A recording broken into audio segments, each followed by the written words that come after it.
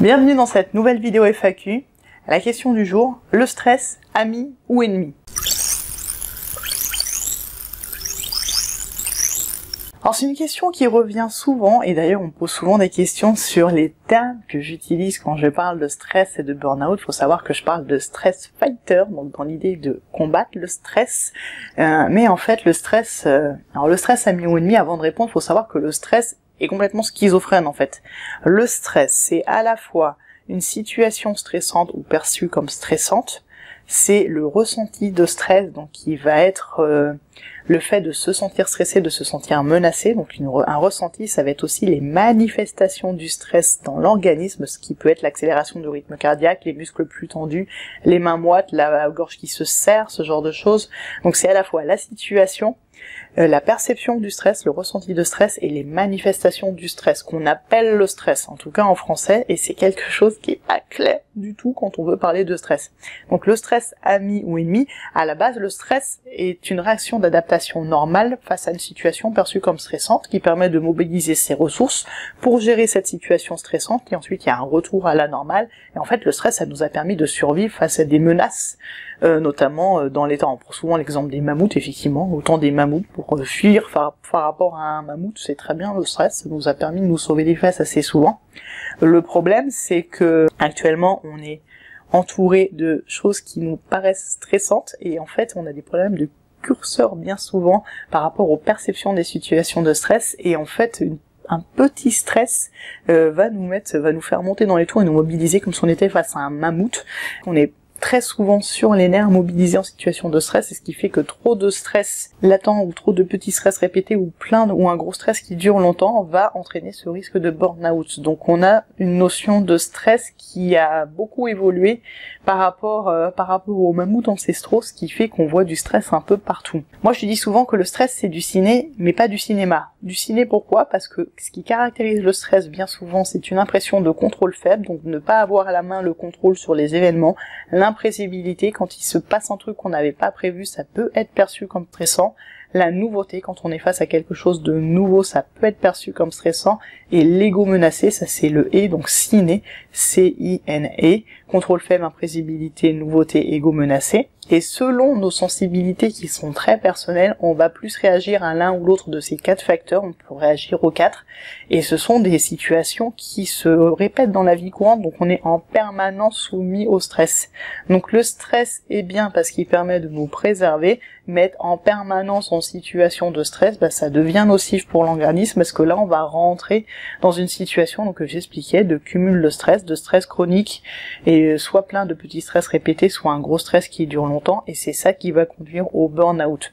Donc moi j'aime pas du tout cette notion de bon stress ou de mauvais stress. Le stress est bien parce qu'il permet de mobiliser les ressources, être stressé avant une prise de parole en public, ça permet de se préparer à la prise de parole en public, donc en soi c'est bien. Mais de dire qu'il faut maintenir en entreprise un petit niveau de stress permanent pour que les équipes soient plus efficaces, non, parce que là on passe dans une situation de stress chronique qui à terme va oxyder progressivement l'organisme, et donc ça fait le nid du burn-out. Donc c'est pas du tout quelque chose de bien de vouloir en permanence stresser, bien au contraire. Le stress est un ami dans le sens où il est là pour faire passer un message, c'est un signal qu'on va percevoir une situation comme stressante, donc il va être intéressant de, si on peut, agir sur la situation, ou alors de s'extraire de la situation, de la minimiser, de voir ce qu'on peut faire face à une situation. Et le stress pour moi est surtout un signal qu'il faut écouter, parce que le burn-out étant une augmentation du stress qui va oxyder progressivement l'organisme, en s'écoutant soi-même, en percevant la partie perception et la partie signaux de stress, donc on a la situation sur laquelle on peut ou pas agir, on a le ressenti du stress qui est sa perception du stress, et pour ça il y a un super outil que j'utilise dans mes coachings, que j'utilise à la fin du module 1 gratuit de ma formation sur le stress, j'appelle ça le stressomètre. En fait, c'est l'échelle de stress perçu, une échelle de mesure du stress qui est très utilisée dans les publications sur le stress, qui permet de ressentir sa perception de stress, son niveau de stress. Donc si tu ne l'as pas fait, je t'invite à la mesurer dans le module sur le premier module gratuit de ma formation sur le stress, pour savoir quel est ton ressenti du stress, et les signaux de stress, donc les somatisations, le fait d'avoir ou pas les mains moites. Alors ça, c'est des signes les plus évidents sur des stress ponctuels, mais ça va être sur du stress chronique, les manques de sommeil, le fait d'être plus irritable, d'avoir plus de mal à se concentrer, et là on va arriver sur les signes que burn-out is coming. Donc je te renvoie un infographie sur le kit de reconnaissance du burn-out, qui sont là autant de signes pour dire que là tu as trop de stress en même temps, et que là le stress devient nocif pour toi. C'est un peu la métaphore de la grenouille qu'on met dans l'eau froide et qu'on fait chauffer progressivement, et la grenouille va finir par se cramer sans se rendre compte qu'elle est en train de cuire. C'est très très juste en fait cette image, je devrais l'utiliser plus souvent en fait. C'est vraiment ça. C'est trop de stress, trop de petits stress cumulés. Là, le stress devient un ennemi parce que trop de stress, ça devient nocif pour l'organisme. Quand tu as 5 minutes de stress, tu vas mobiliser tes ressources, ça va synthétiser du cortisol qu'il va falloir 5 heures pour éliminer pour 5 minutes, et c'est un effet cumulé. Donc trop de stress trop souvent va participer à cette oxydation globale de ton organisme qui va attaquer l'organisme, les défenses immunitaires, le cerveau, et qui va faire que tu vas être plus souvent malade, que tu auras des problèmes de sommeil, que tu vas devenir agressif, irritable, que ton cerveau va moins bien fonctionner. Ça va jouer sur ton perception d'accomplissement, ta capacité à prendre des décisions, tu vas devenir irritable et agressif envers les autres, et c'est les signes du burn-out. Donc un peu de stress, surtout un stress par rapport à une véritable menace, c'est complètement bénéfique, le stress est là pour ça.